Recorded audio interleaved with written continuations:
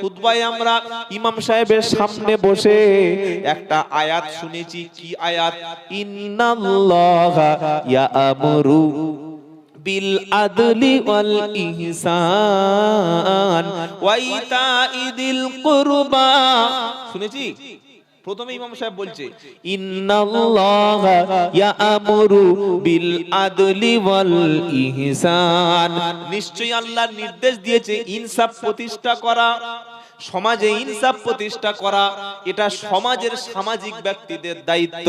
যারা প্রধান, যারা এমএলএ, যারা এমপি, যারা পঞ্চায়েত সদস্য, তোমরা শোনো, যদি তুমি প্রধান হয়ে এমএলএ এমপি হয়ে রাজনৈতিক ক্ষমতায় গিয়ে গরিবের প্রতি বেইনসাফি করো, যার ঘর এসছে 3টে ঘর, প্রয়োজন নাই আরেকটা ঘর, আর গরিব মানুষ বাড়িতে ভোট নাই বলে একটাও ঘর দিলে না, এটা কিন্তু ইনসাফ তুমি করলে না। যে চাকরি পাচ্ছে সে তোমার দলের লোক, যে রেশন পাচ্ছে তোমার দলের লোক, এরকম বেইনসাফি কাজ যারা করবে আল্লাহর সামনে কিয়ামতের দিন জবাবদিহি করতে হবে। আর ইনসাফ প্রতিষ্ঠার জন্য যারা সত্য পথে আসবে, আল্লাহর নবী বললেন আল ইমামুল আদিল, ন্যায় বিচারক, ন্যায় বাদশা যারা হবে, যারা সমাজে ইনসাফ প্রতিষ্ঠা করার জন্য শিক্ষিত যুবক রাজনীতি করতে গিয়ে সমাজের ধনী গরিবের মধ্যে বৈষম্য দূর করে শান্তি প্রতিষ্ঠা করবে, যারা আরশের তলায় ছায়া পাবে তারা। ইমামে আজম আবু হানিফাকে বলা হলো যে আপনাকে প্রধান বিচারপতির দায়িত্বটা দেব। আচ্ছা, আমাদের কারো বললে লুপে নেব না, কে মসজিদের সেক্রেটারি হবে এই নিয়ে মারামারি, ঈদগাহটা কাদের দখলে থাকবে এই নিয়ে মারামারি, জলসা কমিটির সভাপতি হবে কে এই নিয়ে মারামারি আছে না নাই? আছে। পঞ্চায়েতে বোর্ড গঠন হবে, প্রধান হবে, দুই দলের সদস্যের মধ্যে মারামারি আছে না নাই? সব জায়গা আছে। আর মারামারি গুলো করিয়েছে যারা, তারা উপর থেকে মারামারি করে ঠ্যাং হাত পা ভেঙে হসপিটালে ভর্তি হয়েছে যারা, আমাদের মতো মাথা মোটা মুসলমান ছিল তারা। আপনি কতটুকু ঠকে গেছেন একবার ভাবেন। আপনি কেন স্কুল দাবি করছেন না? কেন আপনার এলাকায় কাজ হচ্ছে না দাবি করছেন না? কেন আপনার এলাকার উন্নতির জন্য আপনি প্রশ্ন করুন।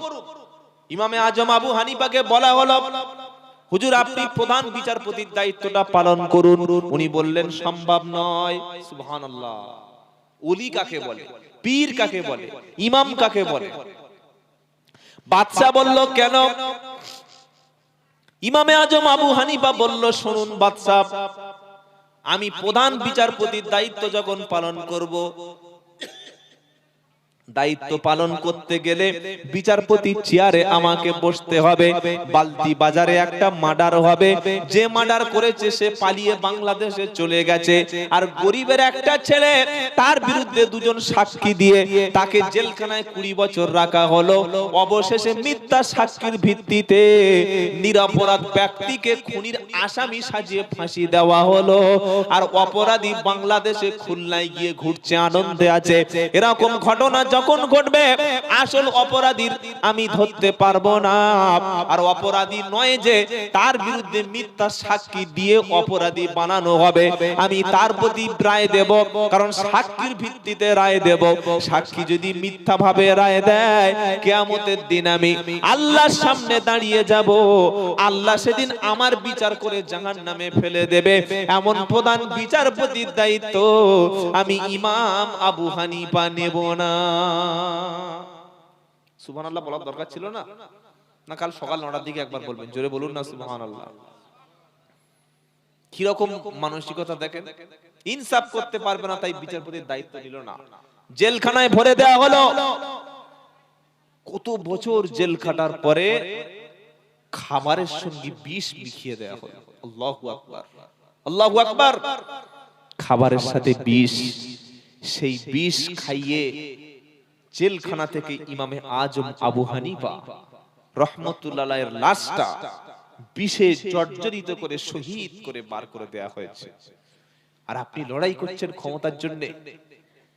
গত কয়েক মাস আগে 14ই আগস্ট আমাদের সকলের শ্রদ্ধেয় আল্লামা দেলোয়ার হোসেন সাইদি সাহেব রহমতুল্লাহ আলাইহি একজন ওলি মানুষ ছিলেন, সুবহানাল্লাহ পাঠ করে। তাকে ওই 13টি বছর জেলখানায় নির্মম ভাবে অত্যাচার করা হয়েছে, কষ্ট দেয়া হয়েছে, চিকিৎসা দেওয়া হয়নি। মারা যাওয়ার 24 ঘন্টার আগ পর্যন্ত ছেলে স্ত্রী পুত্র কারোর সঙ্গে দেখা করতে দেওয়া হয়নি। কত বড় জালিম হাসিনা। আমি সেজন্য গত পরশুদিন ত্রিপুরায় বলে এসেছি যে পৃথিবীতে বর্তমান যদি জীবন্ত ফেরাউন যদি কারো দেখার ইচ্ছা হয়, মিশরে যাওয়ার দরকার নেই, খালি বর্ডার পারে ওপারে গিয়ে দেখে আসবে। জীবন্ত ফেরাউন। কি ফেরাউন বলুন? জীবন্ত ফেরাউন। জালিমরা ধ্বংস হবে, মাজলুমের আর্তনাদ কান্না জালিমের রাজ দরবার ধ্বংস করবে, আর কিয়ামতের দিন আল্লাহ জালিমের অবস্থা করবে জাহান্নাম। কোথায় অবস্থা করবে? জাহান্নাম। সেজন্য সমাজে কোরআনের শাসন, কোরআনের আইন, কোরআনের হুকুম প্রতিষ্ঠা হলে মানুষ ইনসাফ পাবে।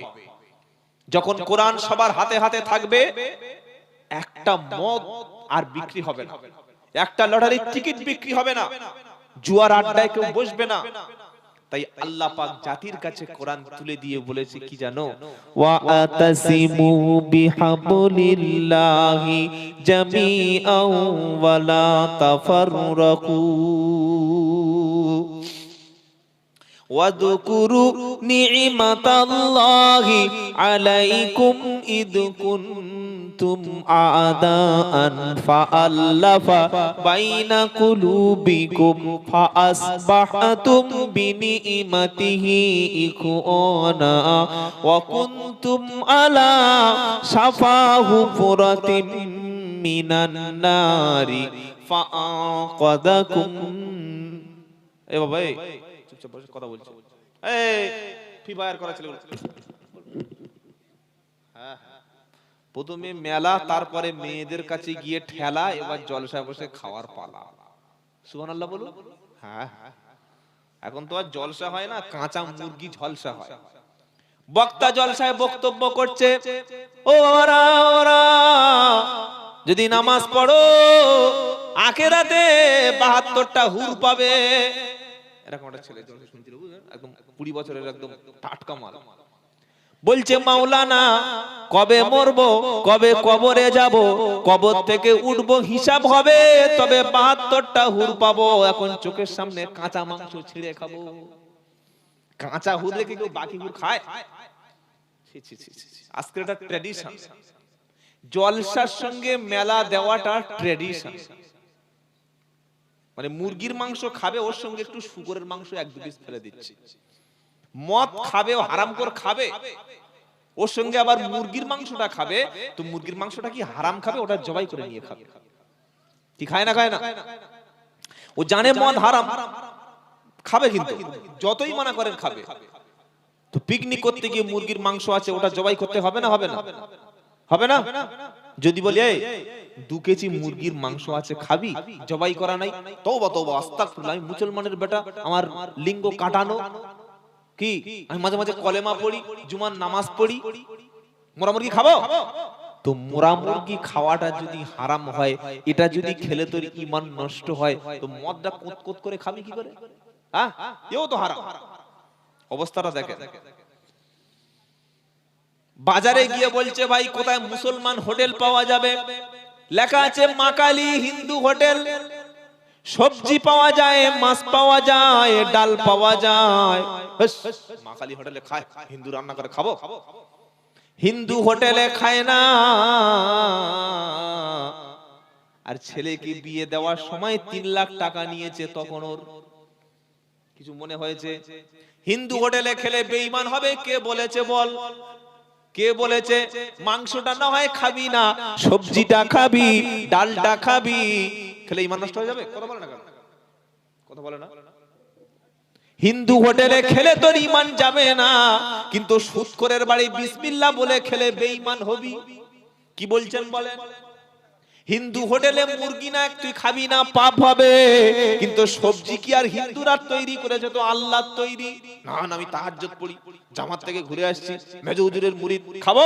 তো মেজো হুজুরের মুরিদ জামাত থেকে ঘুরে এসে তুমি ছেলেটা বিয়ের সময় 2 লাখ টাকা ঝেড়ে খেলে কি করে? ওটা তো বিসমিল্লাহ বলে খেয়েছো, ওখানে তো তোমার বেঈমান হয়ে গেছে। ও তো শুকরের কাঁচা মাংস, হায়েজের রক্তর মতো তুমি তো খেয়ে নিয়েছো। ছি ছি ছি। বলছে আমি বেনামাজির বাড়িতে বসি না, বললে কেন? বলে ও নাপাক। তো তোমার যে ড্রেসটা পরে আছে এই ড্রেসটা কি পাক? তুমি তো বোনের জমি ফাঁকি দিয়েছো। বোনের জমি যারা দেয়নি, মেয়ের জমি যারা দেয়নি,